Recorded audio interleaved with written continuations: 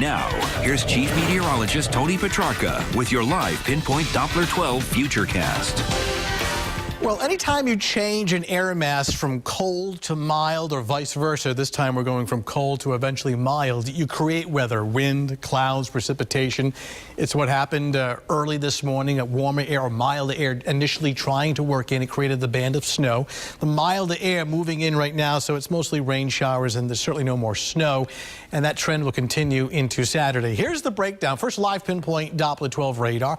Not much out there as far as steady rain. It's more of a mist, sprinkles, and some drizzle. Most locations above the freezing mark. Still a few cold spots in far northern Rhode Island. I'll show you that in just a second. But essentially plain rain and drizzle. You can see some fog in Providence right now. The temperature's been hovering. Actually, just jumped now. Went from 33 to 34. So again, heading in the right direction. Very humid.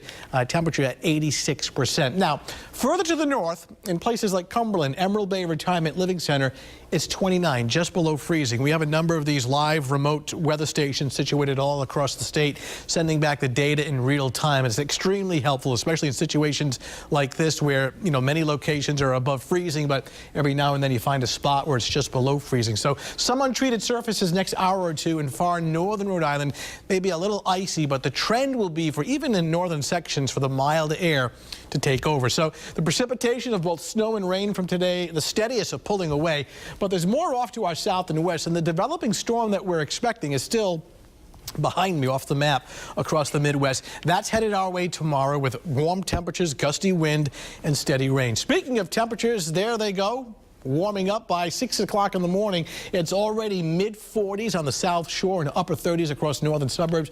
Strong southerly gales continue to pump in mild air. Look at this. Even with the cloud cover and the rain tomorrow at 12 noon, it's already in the 50s, and even tomorrow evening and tomorrow night. In fact, Saturday night may actually be warmer than Saturday afternoon. So for the Patriots game, at least it's warm. Unfortunately, there's a lot of wind and rain. So, you know, the passing game kind of hard. The ball is slippery. Passing in the wind is strong for the big Pats game tomorrow night. High wind advisory from 4 o'clock in the afternoon till 11 o'clock. Strong southerly gales, 25 to 35. Gusts of 40 to 4. Actually, that should read 40 to 50 miles per hour, especially along the South Shore. So for tomorrow morning, the rain initially is light. Notice temperatures are way above freezing, so no ice, no snow. And then during the afternoon, steady rain, heavy at times, temperatures in the 50s, and that will continue into Saturday night. 7-day Futurecast shows improving weather on Sunday. A little cooler at 47, pretty nice. Now notice next week, no bitter cold or outbreaks of frigid air. No big snowstorms, dry Saturday, rain shower on Tuesday, 47. A snow and rain shower Wednesday. At this point does not look serious. A little cooler at 39. Then back to cool, dry weather Thursday and Friday of next week with high temperatures in the upper 30s to lower 40s. So bottom line, the warmer air taking over this weekend. It will be accompanied with a storm system for Saturday with a lot of rain. In fact, would not surprise me to see 1 to 2 inches of rain by Saturday night.